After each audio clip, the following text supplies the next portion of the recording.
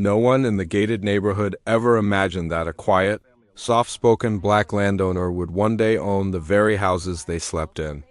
But everything changed the moment Elijah Carter opened a letter, claiming that his 1,500 acres, land protected by his family for nearly a century, had been lawfully transferred to the HOA. It wasn't an error. It wasn't confusion. It was a clean, calculated attempt to wipe away his legacy. But what the HOA didn't know was that the man they tried to erase was the one man capable of destroying their entire community legally. Watch until the end. Wait a second. Let us know where you're watching from in the comments. And make sure to subscribe for more powerful and inspiring stories just like this one. Elijah Carter lived quietly on the outskirts of Brookhaven, tending to the same vast fields his great-grandfather once walked. The land wasn't just dirt and trees, it was history, a monument to survival in a time when black ownership had been relentlessly challenged. Elijah spent his days maintaining the forests, repairing fences, watching the seasons shift across acres untouched by modern greed. Then came the subdivision rows of identical homes, manicured lawns, strict HOA rules. The residents saw themselves as the future of the town. Elijah saw them as neighbors, nothing more. He didn't bother them. He expected the same in return, but to the HOA, Elijah's land was a goldmine, a potential site for parks, new homes, commercial space, anything that could expand their influence and raise property values. Soon their curiosity turned into obsession, and their obsession into a plan formed behind closed doors. A plan Elijah knew nothing about. Not yet. It began with small intrusions. Surveyor stakes appearing at the edge of his property.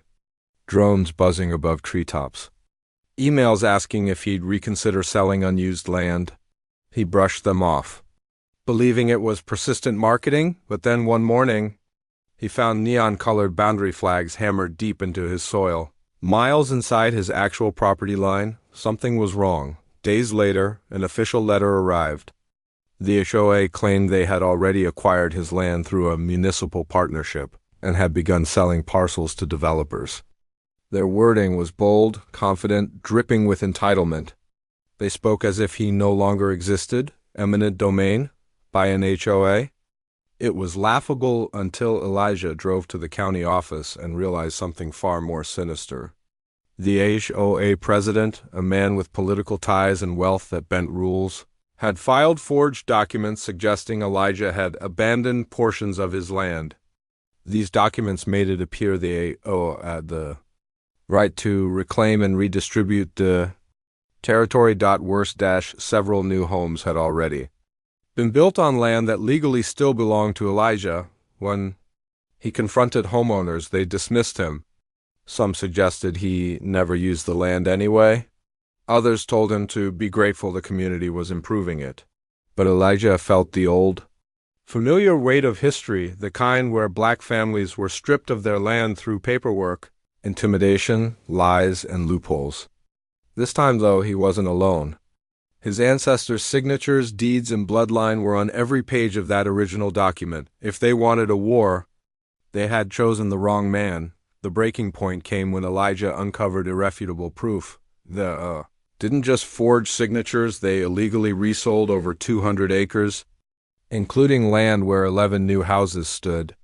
Homes built on soil that never belonged to the HOA, homes occupied by families who had unknowingly purchased stolen land. Armed with attorneys, archived deeds, and evidence of fraud, Elijah filed a massive lawsuit. The courtroom was packed.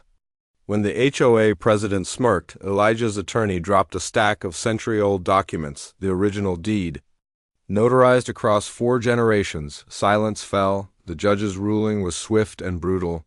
Elijah legally owned every home built on his stolen acres. He was granted full rights to sell the properties, evict occupants, and repossess the land. The HOA was finished. Elijah didn't celebrate.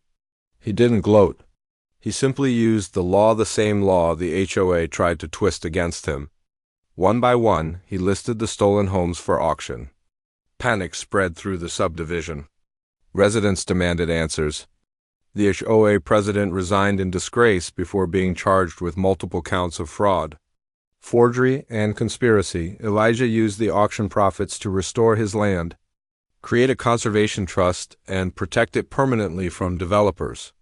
What they tried to steal became stronger than before. His story spread nationwide, a reminder of how often black land ownership is targeted and how powerful justice becomes when truth is undeniable. When a system tries to erase your history, reclaiming it becomes an act of resistance. Which country and city are you watching from? Elijah had lived his entire life on the sprawling acres just outside Brookhaven. His land stretched beyond the horizon, rolling hills, streams, dense forests, and meadows that shimmered in the wind. It wasn't just property. It was the living heartbeat of his ancestry. His great-grandfather, a Black War veteran, had purchased the land when very few black men were allowed to own anything. Over time, Elijah's family protected it fiercely through racism, economic pressure, and attempts to buy it at insultingly low prices. Elijah himself was a quiet, observant man. He harvested timber sustainably, rented small portions to local farmers, and preserved most of it as a wildlife refuge. He never bothered anyone. He never trespassed. He never interfered with the new suburban developments that kept creeping closer. Then came Evergreen Meadows, a shiny, picture-perfect subdivision wrapped in white fences and strict HOA rules. Residents moved in mostly wealthy, mostly entitled, mostly unaware of the land's history. Some saw Elijah's untouched acres and whispered about wasted potential.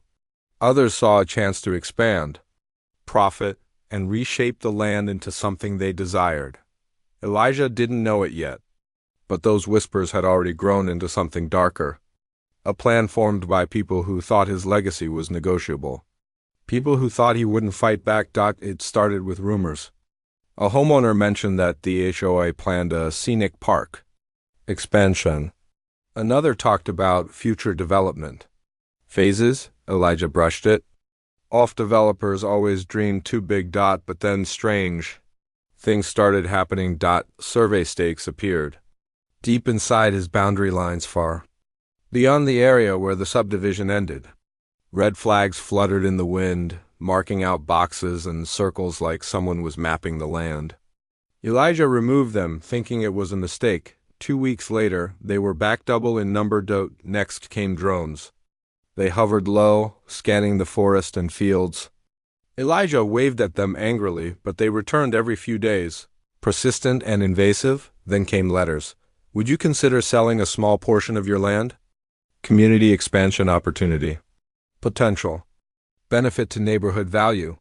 He threw them all away, but the final envelope was different, thick, official-looking, stamped, with the HOA's crest and a county seal. Inside, Elijah found something unbelievable, a notice declaring that the HOA had lawfully acquired his 1,500 acres through a municipal deed transfer, according to the paperwork. He had failed to maintain the land, making it eligible for community recapture. Absurd, illegal, impossible, yet the documents looked real, too real. Elijah drove straight to the county office. The clerk, confused, pulled up digital records. Elijah stepped back in shock. His family's deed and change for decades had been replaced with a new one showing the HOA as partial owner. Someone had forged signatures. Someone had manipulated county files. Someone had pulled political strings. And the worst part? Developers had already bought portions of his land. Construction had started. Foundations were poured. Families were already signed to move into homes built on Elijah's undisputed property. The HOA president brushed him off, claiming everything was approved. Homebuyers dismissed him or accused him of trying to sabotage progress. Elijah realized he wasn't fighting neighbors. He was fighting a machine, a system built on arrogance and greed, a system that believed a black man could be quietly erased with paperwork. But Elijah was done being quiet. Elijah hired a legal team, one that specialized in land theft cases, especially those targeting black landowners. They dug deep, and what they uncovered was explosive. The HOA president had used his political connections to plant forged documents in the county database. He had bribed a surveyor to redraw boundaries.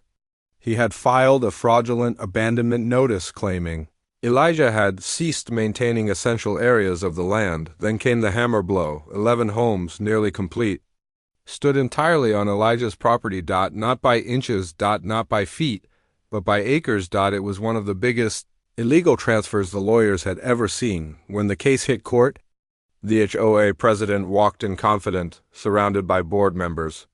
They thought Elijah was weak. They thought he lacked influence. They thought the judge would dismiss him, but Elijah's lawyer dropped a stack of original deeds, yellowed, aged, notarized across generations. Signatures from ancestors, maps drawn by hand, land surveys confirmed by federal agencies. Then the lawyer presented digital evidence of tampering timestamps, IP addresses, login records showing exactly who had altered the county files. Gasps echoed across the courtroom. The judge reviewed documents for hours, expression tightening with each revelation. Then he delivered a ruling that shook the room. All land records reverted back to Elijah. All homes illegally constructed on his property were legally his. The HOA had committed fraud, forgery, and conspiracy. Families living in or plan